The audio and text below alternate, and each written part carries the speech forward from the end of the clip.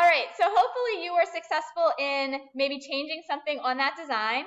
So the last piece that I would like you to do today is I would like you to flip to that new one, that smart object that you hopefully opened, and I would like you to take a screenshot of that smart object. So this would be your second screenshot for the day that you are going to add to this packaging design presentation, okay? So you should have a total of 2 screenshots from today where you had downloaded a packaging mock-up and then you played a little with the smart object. Tomorrow we're going to talk a little bit more about smart objects, and you're actually going to learn from scratch kind of how to set a smart object up.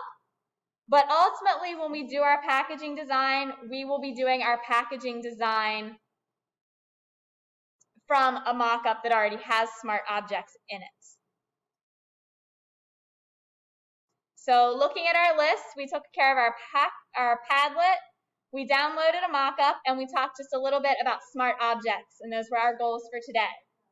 Okay, so you do want to be thinking outside of class a little bit about your packaging design, kind of what you're going to package and how you're going to do that. So make sure you guys are asking questions. Those of you at home, if you have questions about the downloads, please let me know.